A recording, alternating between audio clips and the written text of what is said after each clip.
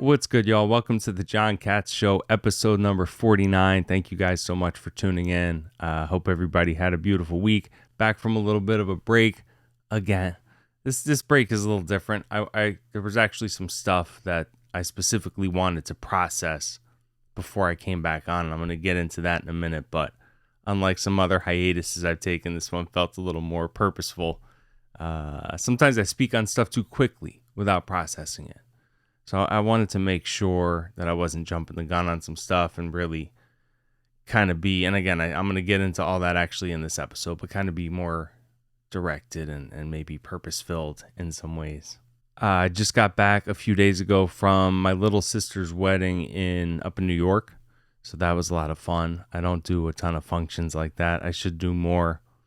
It was a good time. I miss the cold. I like the cold weather. It's very refreshing. It makes you feel alive. I know people, that live there, and it's always great. I never got cold. My whole life, I never got cold. They always say skinny people should be colder, but from what I've looked up, like I used to just be able, I lived up in Massachusetts for a little while, spent a ton of time, almost every holiday season as a kid in New York in the winter. And I grew up in Virginia, so I've been in very cold snow, whatever. I could just go out in like a t-shirt or something. My understanding is a lot of thinner people do run warm. It goes along with the fast metabolism, and I always had a very low body temperature too. So I believe animals with lower body temps are more comfortable in the cold and vice versa. So I've always been very sensitive to the heat. It wasn't until a couple years ago that I even could like feel cold sometimes. Like I think just getting older, maybe that's part of it. But big sidetrack there. I like the seasons. I like the cold. So I could have spent some more time in it. It did make me feel refreshed. Florida hasn't had any cool weather down here yet this year. I mean, we had like one night maybe in like the upper 50s or something, but it's still, 80 degrees almost every day. So it felt really nice. I missed that. Especially this time of year, holiday season, right after Thanksgiving, all the pretty leaves and everything. And, I like hills. I like real trees. I like hills. Definitely not South Florida, the place to be if that's the stuff you're into. That's another story. But yeah, I guess the stuff I was realizing on this break, and I was actually doing, I've actively taken a break from things recently that I've done my whole life. First, social media, which I haven't done social media my whole life. Obviously, it's a newer thing, and even when it was around, I was never on. I still don't use them all really that much, but I do spend a lot of time on Twitter. Even if I'm not tweeting a lot, I'll often just be scrolling and reading stuff and what have you. And I do scroll the other apps. I scroll TikTok more than I like. Yeah, I know. Don't get on me. And Instagram a little bit, that type thing. But I deactivated all my accounts for like almost a month. Instagram, Twitter, Facebook, everything. I was like, I don't even want to be tempted to waste time on there. I just want to, I get into a mode, or I shouldn't even say I've gotten into a mode where I don't like the idea of obviously just wasting time on meaningless, especially if what you're seeing is like divisive bullshit on top of it. It's even worse. But then more importantly for me personally, I really not wanted things to kind of control me and, where I'm doing some mindless activity. More specifically, as far as the control and all that goes, I also very recently, for really the first time in my life, stopped with the weed, with the marijuana. Listen, that's something I've been doing pretty much daily since I was 14, 14, 15, pretty much daily. So that's, 24, 25 years of using something really just to kind of feel normal, really just to take the edge off, not be so irritable and stuff. But, people change and evolve, and I'm not knocking weed. I think it's beneficial medicine for a million reasons, for a million people. Just talking about my own personal experience. This isn't even about like, just in moderation. The moderation thing for me is more on, almost everything for me boils down to like intent. You know what I mean? So I wouldn't even look at the volume and frequency that somebody's using something so much as what are they using it for? And just for me personally, where I'm at, like, I don't want to be, I'm already very anti-pharmaceutical. I take almost no, I'll take an Advil or a Tylenol or an aspirin or something if I have a headache. But I take no prescription meds, and I'm really against even taking them unless it's, I'll take an antibiotic if I get an infection every several years or something like that. But that's it.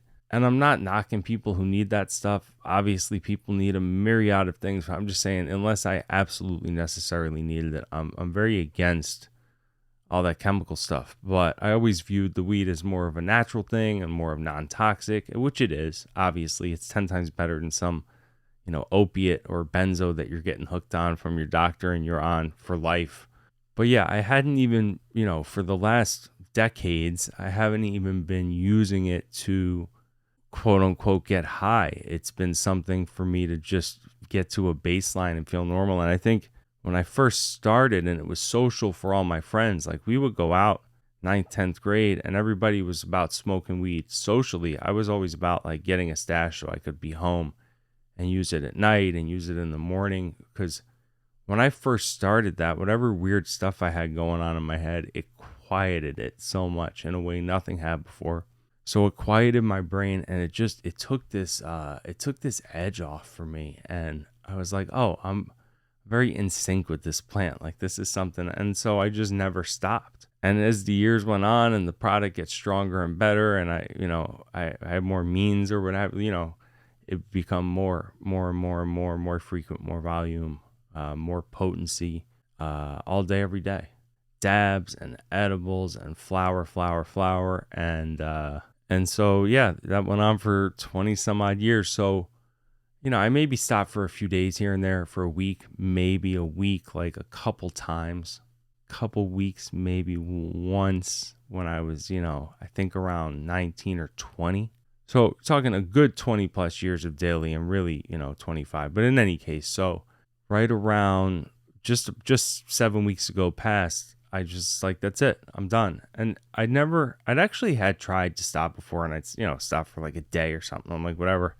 But there wasn't even any, you hear when people quit stuff, they say similar things or I've heard similar things, but it's like, there wasn't really any trying. I just did it. I was like, there is a point you cross where you're actually legitimately within yourself making an honest decision. It's not, I'm going to attempt this thing and we'll see how it goes or whatever. Like when you actually firmly decide something, and when you're leaving that 1% inch of bullshit within yourself, you know what I mean? So I was just like, I'm done. And it wasn't even hard. It wasn't hard from the standpoint of that I wanted to keep smoking. It was difficult to first listen. People that say it's not physically addictive, it's only mentally. Anything could be addictive, right? Yeah, you could be addicted to eating candy and sugar and stuff all day and a million other things. But for me, it was extremely addicting. And those first few days, the physical symptoms, I couldn't really eat properly. My digestive system wasn't really working. I knew even from having a day or so of like running out and waiting for some, or, maybe going a 1 or 2 day stretch here or there, I knew that the digestive stuff was an issue and sleep and irritability. So yeah, I couldn't really eat that well for probably about 4 or 5 days before I had like a full appetite. Wasn't sleeping great, although immediately the dreams go insane. To this day, the dreams are the most vivid I've had since I was a little kid. And everybody, I think, says that. And daily smokers, it's interesting. Full disclosure, I did eat a gummy the other night when I got home from New York. So I was going to get to that too. But I guess my point in bringing that up ahead of time is the dreams went insane. Every night, lucid dreaming, vivid dreaming, the most detailed, memorable. I always have crazy dreams, I think, but I could never remember anything, just snippets. It was very rare that I have like a memorable dream. These, I can still remember them now. Later in the day, they were as vivid as anything, and I could keep jumping back in. This is even current, last night included. And the night I got home from New York from the wedding, I was just wiped. The flight was delayed so many hours, had to switch to a different airline, come back to a different airport, then go pick my car up at the previous airport where the flight was supposed to go. So it was like a 10-hour travel day for a 3-hour flight, and just sitting in a crowded, hot, sweaty, tiny little airport with 300 angry people. And so yeah, that night I finally got home. I was like, you know what? I'm gonna eat a gummy, take a bath. And it was so nice. It felt so nice because it was the proper effect. And I don't mean that I was high, but it's like That's how it's supposed to be used. As again, it comes down to intent. It's supposed to be like an experience, not I need this thing to feel normal so I can function all day. That's crazy. At that point, you have an addiction. If you're using any external substance to simply feel normal and function all day, that's some form of addiction. And you could apply that to a million things. But it felt really nice. And the dreams went extra crazy. And I think it's only really the daily stuff that messes with your REM cycles or whatever it is that suppresses in your REM that a lot of stoners are not really able to dream well. And then immediately when they stop, the compensatory mechanism within whatever makes a dream goes kind of crazy. And for me, it's been 7 weeks, and it's calmed down a little bit from the first couple of weeks, but it's still amazing. And I actually look forward to having these dreams. I won't bore you guys with my dream details. Yeah, for anyone that smokes all the time knows what I'm talking about. And if you haven't taken a break in a while, the dreams are almost worth it. The dreams are like their own high in a way. And so, yeah, that's been an interesting journey. And I'm not some addiction medicine specialist or anything like that. But if anyone wants to ever hit me up on Twitter, John Katz 79, I'd be happy to talk to you guys about all that in more detail. But so, yeah, in general, I think I've evolved a lot as a person. And I think I don't see myself going back to the daily stoner bit. I think it was just like, it was time with where I was in life. The universe just kind of woke me up and went, what are you doing with the weed all day still? And I think I'm going to enjoy it as it's meant to be, as like a treat, because I do like it, and it is nice feeling for me. Just like if you want to have a few glasses of wine or anything else, not being preachy, it's probably is less toxic than that. But again, if you're having 5 glasses of wine all day, every day to feel normal, that's the equivalent of what I was doing with this other thing. So it'd be more of a treat. It's very, here's what I found, that it was making me pessimistic in a way I didn't realize. And I always kind of pride myself on being an optimist. And I feel way more optimistic about everything without it.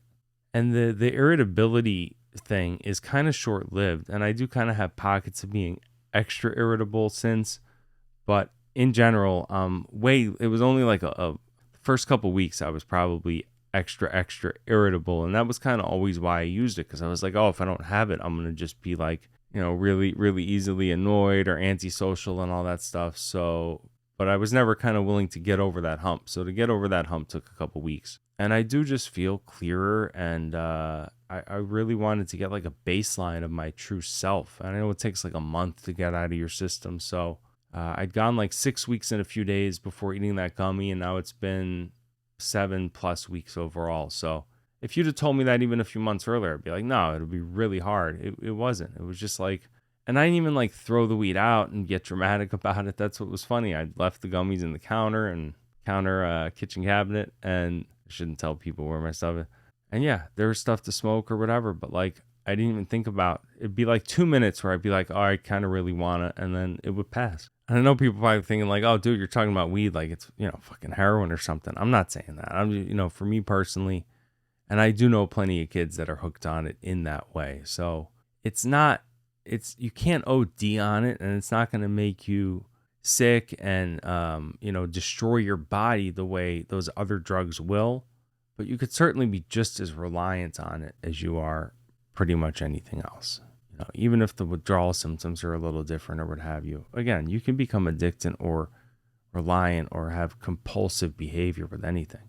And for someone like me too, and I think this is with a lot of people when it comes to that stuff, it's like it gets wrapped up in your identity somehow. So you kind of like own it as this kind of helps me to be myself, or, it becomes wrapped up in your perception of yourself. And I think that's actually opposite, because the more you're just doing that to feel, you're getting further away from what you would actually be like at just a pure baseline level. So I do recommend, for people that love it, great. It's nice to take a break from, for sure. So yeah, and something else I realized during this break, which I wanted to let that set in, because I wanted to talk about the weed thing, and I wanted to just fully kind of process the experience first and not just be like, hey, I'm a week into this thing and here's how it's going. I mean, I guess I could update people, but the other main thing that really kind of dawned on me regarding this show was like, You ever hear the term imposter syndrome? You hear it about actors and people in different fields where they kind of feel like even though they're qualified and really great at what they're doing, they have this thing where like they feel like they're not worthy of it, or that other people are somehow professional and legit and they're somehow not legit or not qualified in some way. I never really thought about that term too much, but I realized I was doing a lot of that in my head. I've always wanted the show to be open and honest, and it has been. And I think I give a lot of personal insights on things. However, I realize it's not been nearly focused enough, like not nearly enough meaning, right?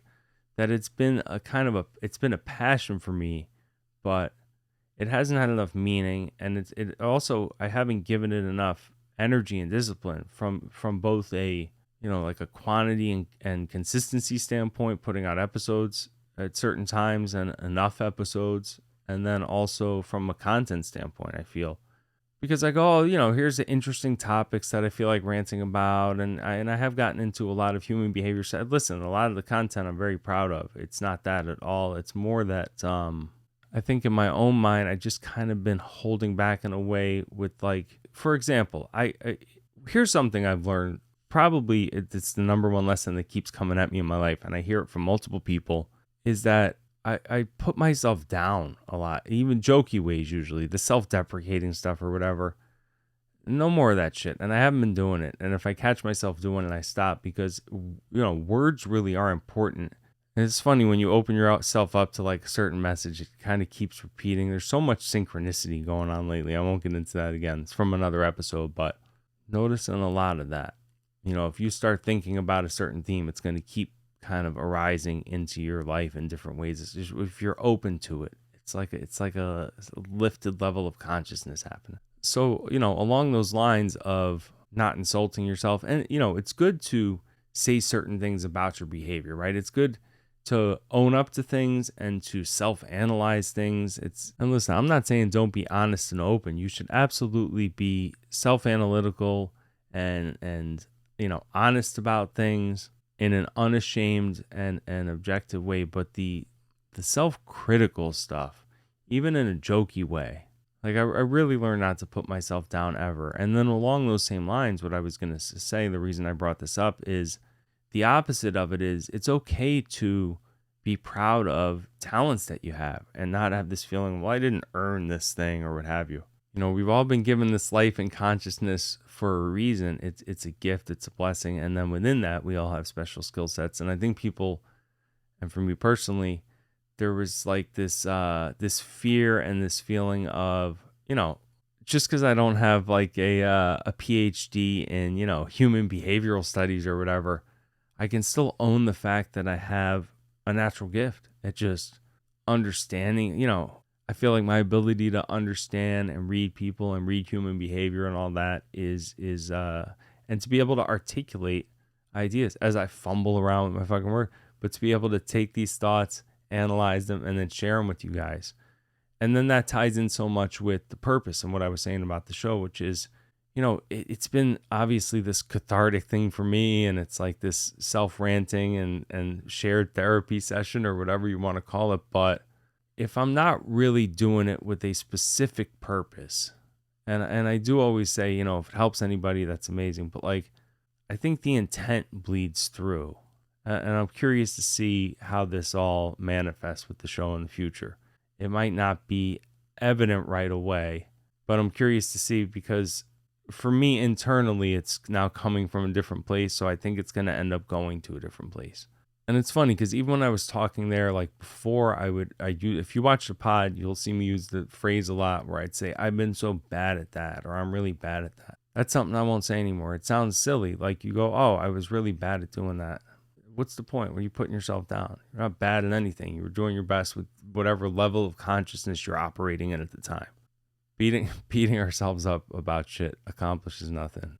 And life is all about learning. Like, we got to be so grateful when things go away that we had hoped that they weren't going to go, or as unplanned. That's when we get the most information and learn the greatest lessons. And really, that is what life is all about, is learning those lessons and getting that information. So as now, instead of saying, I was really bad at that thing, I would say, I'm really glad I learned from that thing, or here's a thing that really helped me learn some stuff. Like, let me share it with you. Like, this is something I went through that I learned a lot from. Because that's all it is. Everything is a lesson, especially the painful stuff. The gift of life, like this, not to get all, but we read a couple really interesting books lately. Maybe I'll mention them later, but like, we really are the universe. And it sounds stupid, and it's not it's a short, simple thing to say that you can't just wrap your brain around. But we should not be chasing the universe, because it already lives within us. And this soul, or whatever you want to call it, our spirit, our consciousness, this thing that I do believe is eternal and does keep returning from life to life to life to life. And the lessons you learn now, if you don't, you carry them into the next, and so on and so forth. So I don't believe our consciousness is limited to this one little lifetime here.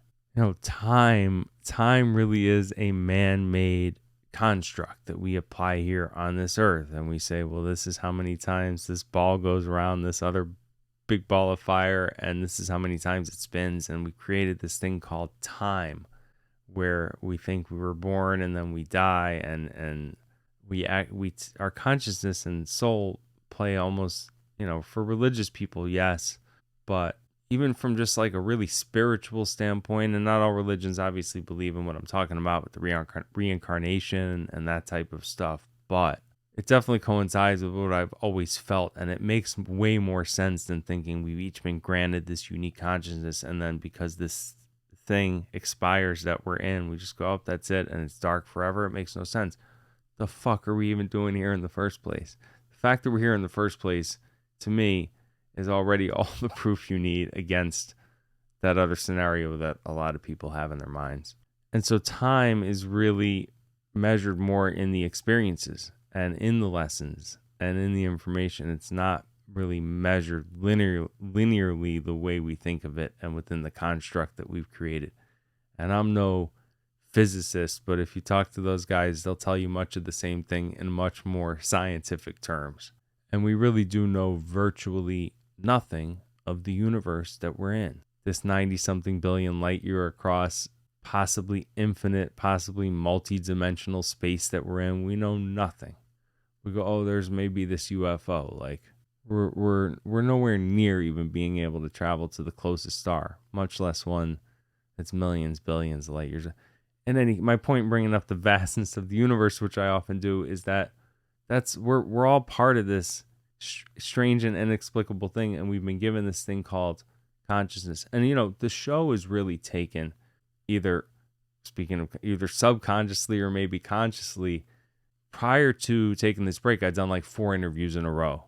And again, it's like when you open yourself up to a certain energy and you're really vibing, that's what I'm saying. You don't chase the universe. You become the thing you want to see in the world. And then you attract those things that coincide with that energy and with those vibrations and with that level of consciousness you're on. So with the interviews and then with books I've read and stuff that's been recommended to me, it's all coincided with the same type of stuff. Go back and watch those episodes, by the way. And along with all the consciousness stuff and the universe stuff, which I've always been intrigued by and always been passionate about, it's also gone a lot toward, and this coincides, a lot toward the self-compassion and the self-love and some stuff I was talking about before.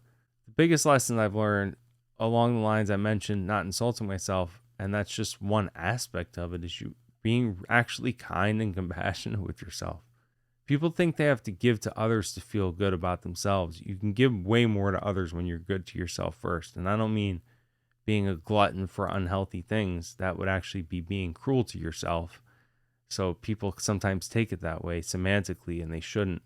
It's the opposite. Like if you were actually eating really healthy or exercise, like that's an example of being kind to yourself. But in all aspects, if you don't love yourself, or you're ashamed of certain things, or you're not in touch with your feelings and not in touch with who you are and why you feel certain things, you're not going to have a whole lot of beneficial stuff to give to other people. So maybe that sounds cliche, love yourself first and then love other people, but you really have to. And so I bring all this up. Something I've learned, as much as I'm able to observe other people's behavior and feel I have this certain type of intuition for people, and a million other examples of that type of interest in human behavior and emotion and all of that. When it comes to our own emotions, and I as somebody even who felt I've always been very aware and analytical of myself, when your own emotions are involved, I don't care who you are. I don't care if you're the most pragmatic, objective, clear-minded person in the world. If you have real emotions involved, you're going to be clouded in some sense. It is not possible to remain truly objective. Not necessarily in the sense of the actions you take, right? But as far as the way that it affects you internally and your psyche, and the way that it floods you with all of the, emotions. And again, you're talking about love, or you're talking about, that's the realest stuff in the world. That is what the universe is made of. We spend all our time with all this meaningless stuff, and we distract ourselves with all this meaningless stuff. But at the end of the day, what defines a life is all about what you have felt internally throughout that life. Without that, there is no life. That is your soul. That is your consciousnness. Now, obviously, you should be putting meaning into the world, and so that's going to have a beneficial effect on other people, which is all, the level to get to. But people will put that cart before the horse. And really, truly, 1000%, if you want to help other people, people always have to make these decisions for themselves. When they truly evolve, when they truly make changes, with whether it's behaviors or get over hurdles and obstacles they've been trying to get past, they have to decide to do that for themselves. And what makes people decide to do that more often than not is being inspired by seeing other people do it. So again, you become those things first within yourself. If you want to help somebody, become the best version of yourself and set the example to inspire that person. There's nothing more powerful than that. And here's another thing I've learned as far as being kind to yourself. For me personally, and I know a lot of people are like this because I see people and what they say and how they feel. You cannot live in regret. Period. Done. You can be sorry for things and feel bad for things because you're a kind and compassionate person. But you cannot live in regret. And whatever shitty thing you think you did, and that created whatever kind of turmoil that you're digging yourself or dug yourself out of, be like, that's amazing that I was able to learn all that information and experience that crazy thing. I'm so grateful for the experience. Why not? You are getting the most information about yourself, because when things are just going along smoothly and comfortably, you're not getting any real good information. But also, you can't go back and change anything. And then also, really, it's just bad. It's bad karma. And if our souls and consciousness are indeed eternal, that's not the kind of karma you want. And then conversely, don't worry about the future much either. Like, I'm not making this religious at all by using the word faith, but you gotta really just have faith that, I'm here, I've been given this life. There's some sort of mysterious meaning behind it that no one's really exactly sure of. There's got to be some kind of design or plan, or there's something greater going on there. And thus 99% of the stuff I spend my time worrying about, I really shouldn't be worrying about. Does that make sense? This last weekend at the wedding, I always love doing stuff like that because it gets me outside of my comfort zone. That type of atmosphere, definitely, I'm not party, crowded guy, much of a homebody, but a lot of that's my personality, and a lot of it's been avoidance and having dealt with a lot of anxiety issues in the past and still doing. But like, something I noticed when I was on this trip, that I really was like, oh wow, I really made some significant internal changes lately, just because I hadn't really done some certain things in a couple of years. I hadn't gone to a family member wedding where I was dancing all night in like a decade at least. But I also hadn't taken this specific type of trip, in a year or two. Never been a great traveler, not for maybe some of the more common reasons. I'm not afraid the plane's going to crash. I just don't like crowds and waiting and being controlled and locked into things.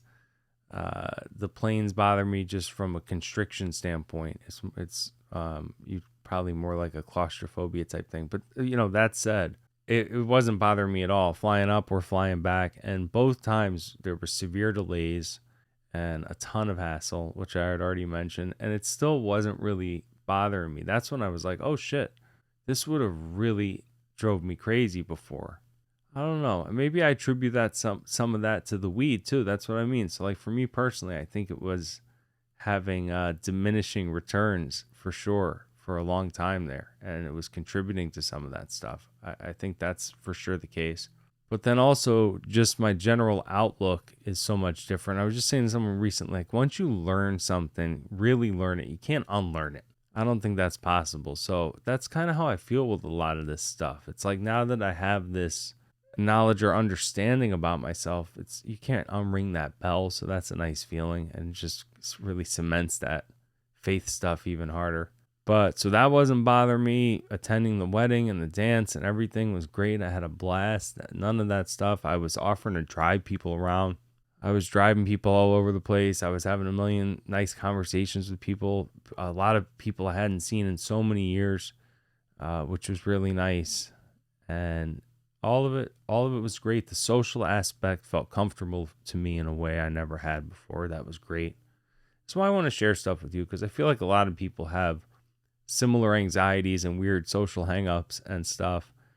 And I even see and saw other people who I know deal with stuff. I won't get into at the wedding weekend. And like my natural, I was like, oh, I could help you with that because I know exactly I know how fucking crippling it actually feels. And the word anxiety gets thrown around a lot, but there's some people where that shit is paralyzing and crippling, and I've been there, and I do know how much it can improve. Again, nothing's more helpful to someone than seeing, oh, you dealt with this exact thing, you corrected it, you fixed it, you learned, you grew, you evolved, whatever. I can too. I always bring up just the power of that visualization of seeing other people with I'm not going to tell the story again, but with the X Games and the backflip, seeing someone do something that you don't think you're capable of doing. That's the human spirit. That's our nature. It then literally physically allows us to do that thing that we didn't think we could do. It's so common.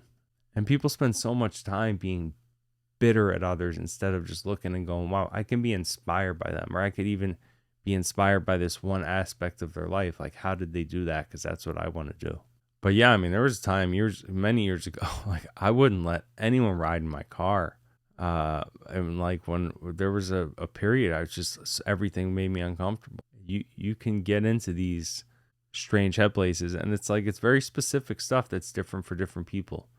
And observing it's the thing that triggers one person in that unexplainable fight or flight mode is not the same thing that triggers another person. And I do think a lot of that does come from past life stuff. It has to. Our fight or flight mechanism for specific things, if we really have lived, infinite lives since the beginning of humankind, I shouldn't say infinite, we wouldn't be up to an infinite amount by now, but let's say it does go infinitely from here, and who knows, it could have been around infinitely, other universes, other dimensions, on and on and on. But point being, I think a lot of that stuff is programmed into people inexplicably. People have these insane phobias for no apparent reason at all, and that's like our base id level of stuff. When your fight or flight is mixed up, you probably went through something specific having to do with that, and it might not have been in this life. It's like the anti Andrew Tate show. I don't know if y'all know who Andrew Tate. Somehow this guy's algorithm is all up in my TikTok and stuff.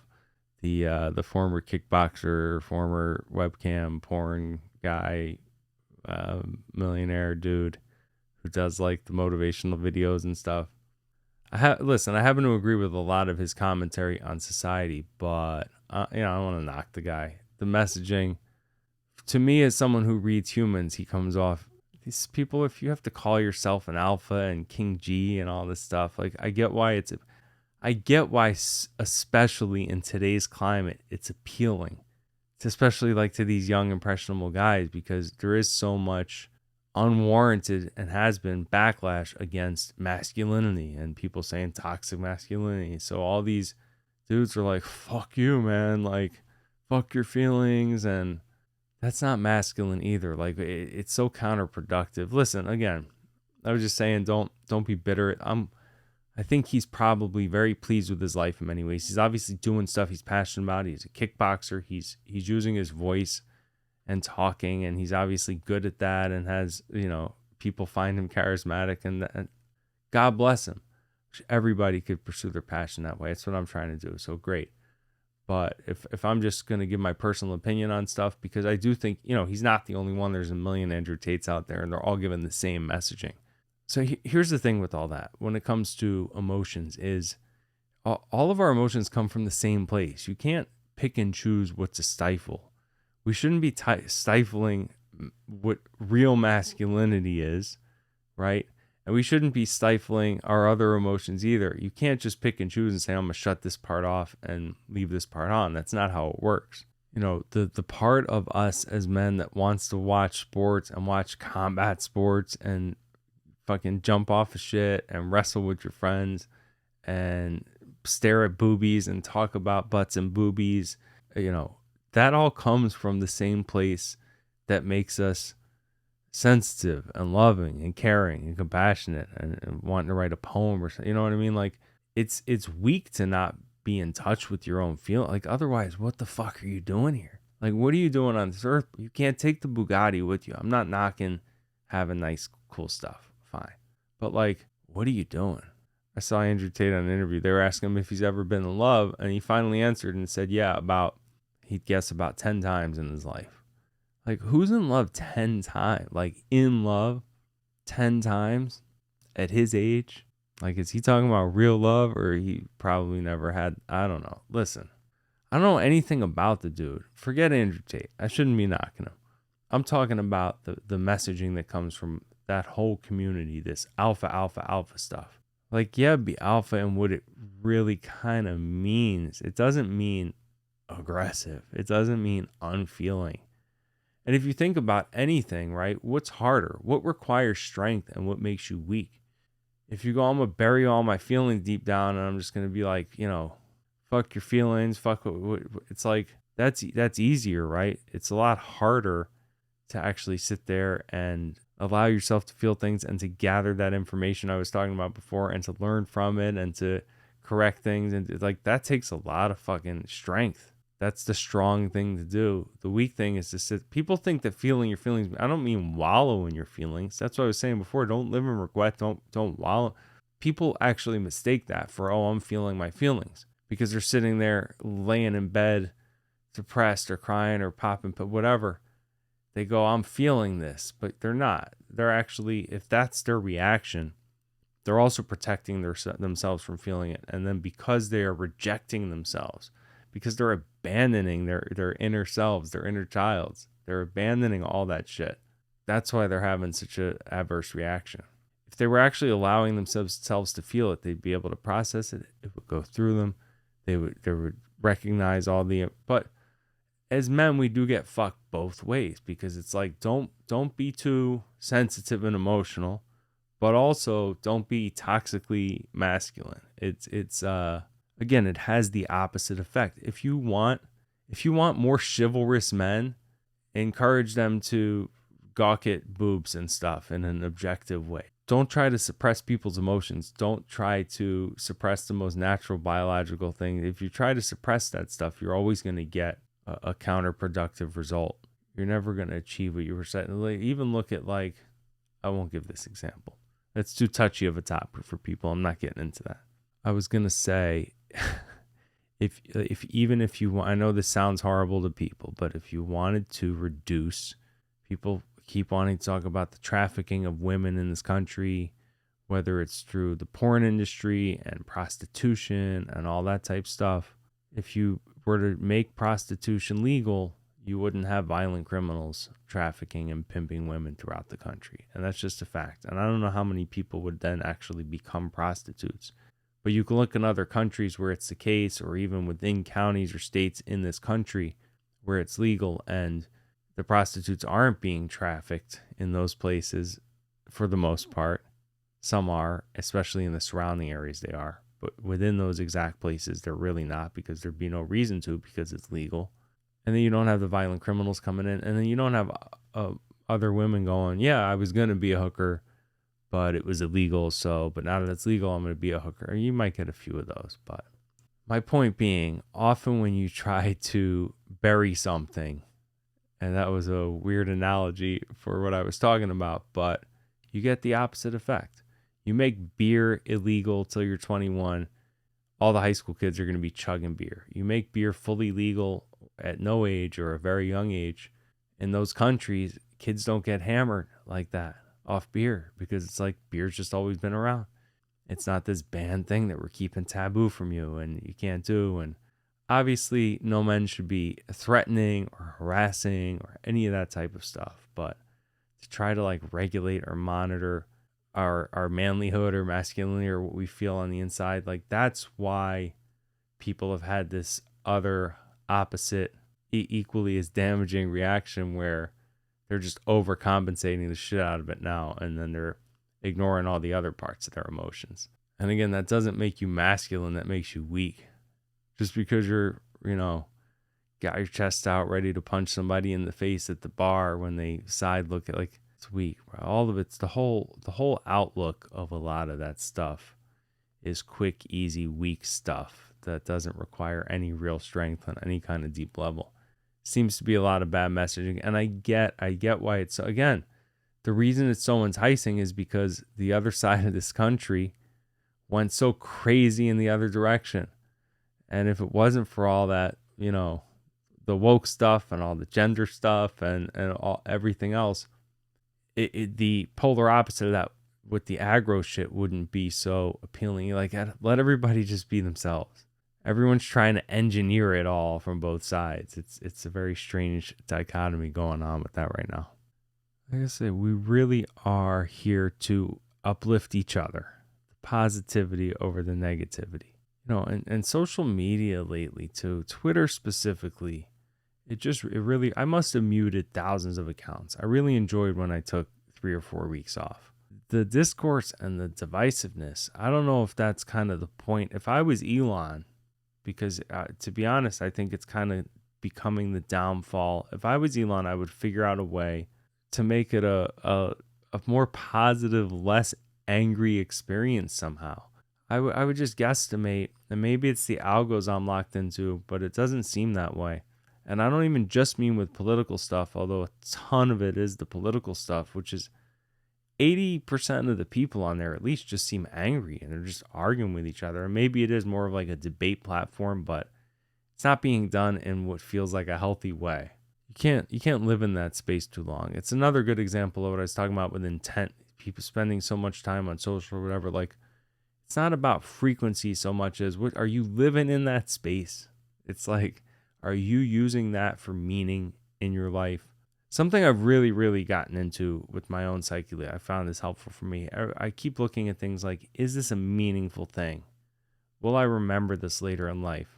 A lot of people knock, music and sports, or even some television series and movies. People often think of that as mindless entertainment, right? But it's not, in the sense of, again, what's meaningful and what will you remember in your life? So I could tell you every concert I ever went to, I remember them vividly.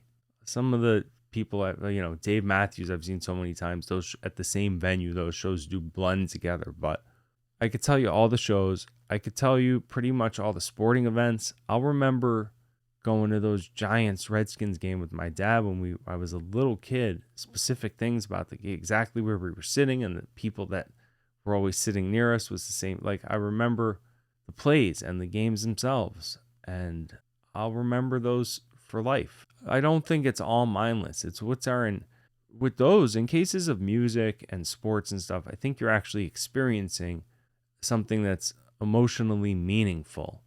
If you follow a sports team and you go on this ride with them, it's an emotional experience, and you get to go see them play. Or if you're really into a certain band or singer, you listen to their music all the time. Even in those moments alone, listening to the music, you're having an emotional experience. That's why the music's appealing in the first place. And then you get to go see them play live. You're going through a real, meaningful thing. And therefore, when you're 80 years old, God willing, you'll still remember that time you went to that amazing show. You won't remember the debate you were having about how shitty every politician is on Twitter with somebody else. You're not going to remember working on Excel sheet all night. You're not going to remember 99% of the stuff you spent your time doing. You will remember that great series you watched, like Sopranos or something, that just stuck with you forever, and you went back and watched it a bunch, and you went through this whole fun emotional experience. It was impactful on your life in a way that sounds silly on the surface, or people might define as, well, watching Sopranos is mindless entertainment. Is it? Compared to what? What are we supposed to be doing with our lives? Sorry, I should be sitting down writing this professional email instead. Like, I'll never remember that email. Not saying you should shuck your duties. I'm saying what's actually meaningful and impactful. Whatever your favorite movies and shows you've ever seen, I guarantee you can recite lines from them, and just thinking about them elicits certain memories and emotions in you as if you'd had an experience yourself. So what defines meaning? And to me, I started defining it by what's going to stick inside me forever. What am I going to remember? What am I going to remember feeling? Because if in a year or 10 years or 20 years, I'm never going to remember having done it or feeling anything when doing it, then unless it's out of necessity, which a lot of stuff is, and even that, you should be honing more toward the meaning and passions. But you're not going to remember almost any of that stuff. And with social, yeah, it's so divisive. I wanted to comment. I'll save it for. I got episode 50 coming up. This has been a positive episode. I want to talk about, and I should, but I feel like it's too long a topic to get into. So maybe I'll do it as part of 50. The stuff with Kanye and all that shit. Listen, everyone knows Kanye's crazy. I hope he gets help. I hope he does. I want to be able to play some of his old bangers again without feeling like I'm listening to fucking Hitler. But it's more less even him than just the whole vibe of like, yeah, he makes these great points. The bullshit, I'm genuinely curious crowd, they're not genuinely curious. I want to get into some of that with the anti-Semitism and so forth. I would just say, along with, I was talking about people being too affected by certain messaging coming from like the aggro alpha self-identify community. Young dudes are impressionable. Probably young, straight, white dudes especially probably feel like nobody's giving them any attention. And so it's easy to point them in a direction to take out their feeling of probably some abandonment. But listen, it ain't the Jews, bro. Everyone should leave the Jews alone. Really, like, if we wanted to rule the world, we'd be trying to recruit people. One time, one of us would have tried to convert a person before. Just leave all the Jewish people alone. Almost all of us came here from family that was poor as shit from somewhere in Europe or whatever. Came over here in a boat with a fucking blanket and was discriminated against here too, and made the most out of their lives. They're not controlling anyone or keeping anybody down. Leave everybody alone. I said I wasn't going to talk about it this show. That was just my quick comment. It's just such low-hanging bullshit fruit. Those same old, and then it's always why can't you talk about it? You want to talk about the Jew? Like, why do you want to talk about them? What's your point in wanting to bring it up? Is it a problem? Do you think there's a conspiracy that allowed Jewish people to be successful in industries that their families got into, using certain skill sets that have, been? They all graduate high school, all graduate. I'm the only one in my whole family, extended through everybody, didn't finish college. Forget high school. Every Jew finishes high school because your mom would fucking murder you if you didn't. And I'm not saying that as it's just a fact. There's no conspiracy going on there making that happen. So yeah, going to be a lot of successful Jewish people in a lot of tough industries and a lot of specific skill set type industries, whether that's media or making movies. The Jews had to make movies because they weren't allowed in other industries. But for you to say, well, there's tons of Jews in Hollywood, and are there not great fucking movies? All those Jews in media, what's your point? Are they there from some hidden conspiracy? Is that what you're saying? Or are you just saying it's a problem? And then the question, I guess I am going to talk about it this show a little bit. The question nobody can answer is, what do you want to do about that? This little weird, this little weird 4chan kid that's Kanye's following around now on all these interviews. I watched Gavin McInnes interviewing this kid with Kanye in a leather mat. What's going on? He's got a mask on. He's praising Hitler. What is happening? Did CERN fuck up our timeline? Is that's what's going on? They asked this kid. First of all, Kanye can't articulate any of it. Just repeats the same two things. Lines he's memorized or been fed. It's please go. I'm no psychiatrist. If he's not bipolar, nobody's bipolar. Take your fucking pills. Make some bangers again. Leave the Hitler shit alone. What are you walking around with the 4chan kid for? The kid's talking about Gavin asked him, he said, hey, all the Jews in media, like, what do you want to do about that? They can't answer that question. He says, oh, we would apply government values to get rid of porn and so forth. That was his response to that specific question. You want to ban porn? That's a different. He's asking you about Jews and media. You going to go in and say we're removing you, Mr. Feldstein? Sorry, we have a government quota. First of all, don't trust anyone that wants more fucking government interference in your life from any side, point blank, period, totalitarian, fascist, whatever you want to call it. That's obviously lately, traditionally comes from the left in this country wanting more and more government, more and more programs, departments. You got these fringe people on the right doing this. We have to apply morality causes to all these companies. No. The federal government, it's so funny that these people call themselves nationalists. That's not the point of this country. That's not the point of this Constitution. They say, well, it was founded by Christian. Fine.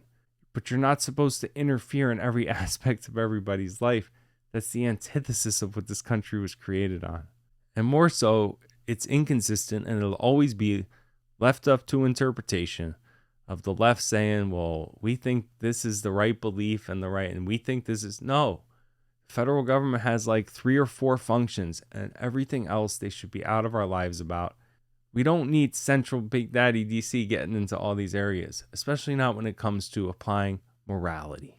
Don't hurt anybody. Don't threaten anybody. Don't take or destroy stuff that isn't yours. There's not many rules beyond that. And so I don't care. I don't care where it's coming from. If people want more government in your life. But these dudes are nuts. Listen, they always go, we're not white supremacy. We're calling us Nazis or whatever. Like, these dudes actually are. I don't even know if I want to call them white supremacists. They are just legitimately, racist, and that's the problem. We spend so long calling everybody a racist Nazi, like just for like, you voted for Ron DeSantis, you're a Nazi. Like, we desensitized everybody to that there are real people that these things are based on. So throwing around these labels at people that don't deserve it. You blur the lines too much, and then when the real thing comes along, people don't even. And I don't care really what Kanye says. He's always been a crazy dude that says and does crazy shit. That's his thing. But it's more the people that are agreeing, and then it's being people go, he doesn't have an effect. He does. He's got 30 million people going, maybe he's got a point. And I don't think a lot of them understand or know enough to really get the context of that type of messaging. Again, for me, everything is intent. What are you doing that for? Are you trying to be positive, inspirational? Are you trying to make a contribution? Are you trying to do a good thing?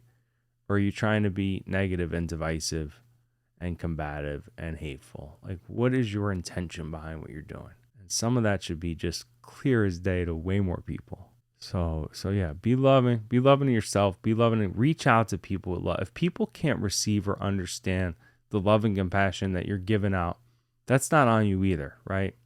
You did your part. Keep doing it. Everyone will come along when they're ready to come along. The lessons come to us when we're ready for those lessons. But I'm going to wrap up. I will rant more next episode, number 50. Please keep an eye out. Maybe I'll do some listener topics for that. I'll have to think of something special for number 50. So, and really, thank you guys so much for tuning in. It really means a lot. I love y'all. And I hope everybody's had an amazing week and great weekend. And I will be back in a few days with episode number 50. Thank you so much. Be good.